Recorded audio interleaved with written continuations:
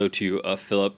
A recent Ukrainian poll found that about 95% of Ukraine's population are confident in Kyiv's victory. How realistic is that?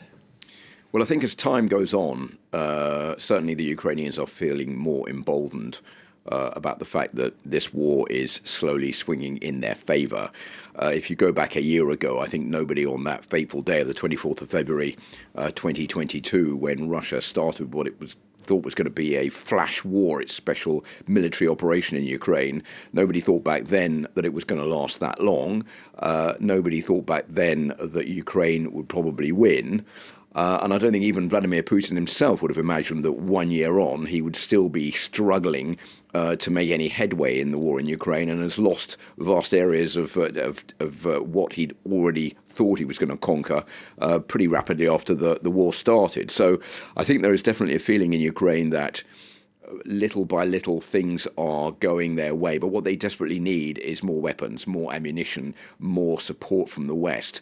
That's not just financial support, but it's military support, it's ammunition, it's certainly aircraft, which is what the Ukrainian leadership is crying out for. So far there have been hesitancy on the part of many nations saying nothing is off the table, but no timeline as to when those planes might be supplied. As far as the Russian position is concerned, I think that Vladimir Putin is struggling. There's no doubt about that. I think there's a lot of confusion at the top in the Kremlin about what is happening.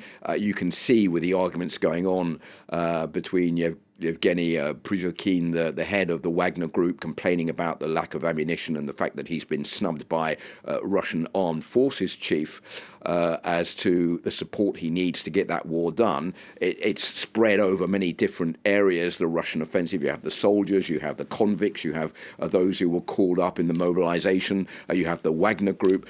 There's no cohesion in there. So a lot of problems, I think, for the Russian offensive. And if the head of the Wagner Group is complaining about not being given the ammunition, I think you could really translate it as the fact that there is no ammunition because the Russians don't have it just yet. So there is a position where the Ukraine is in maybe a stronger stance right now because Russia is struggling, but it may not last forever because Russia is increasing its war effort. He'd never admit it, but do you think Vladimir Putin privately regrets this war?